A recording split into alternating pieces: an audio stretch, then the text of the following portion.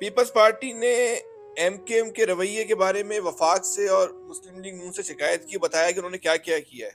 और जो फ़वाइद हासिल किए हैं वो शेयर किए हैं।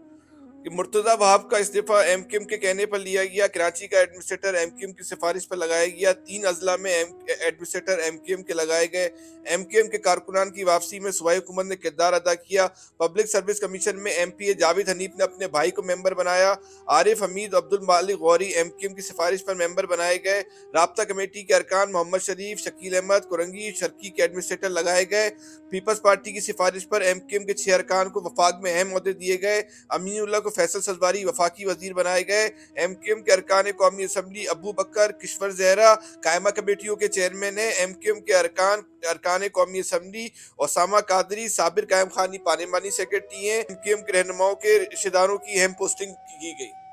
या इस पूरी लिस्ट में कहीं ना आपने शहर के लिए कोई काम करवाया,